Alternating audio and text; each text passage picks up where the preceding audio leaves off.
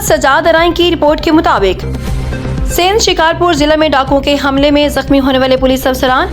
DIG Sukkur captain retired Faisal Abdullah Chachar ने जिला शिकारपुर में जराइम पेशा अफराद की फायरिंग से जख्मी होने वाले डीएसपी जहूर सोमरो, डीएसपी पारस बखरानी और एहलकारों की जियाउद्दीन हॉस्पिटल सखर पहुंचकर खैरियत दरियाफ्त की। डीआईजी सखर रेंज ने जियाउद्दीन हॉस्पिटल के सीईओ और डॉक्टर से जख्मी डीएसपी और एहलकारों के इलाज मुआवजे से मुतालिक मुकम्मल मालूमात हासिल की।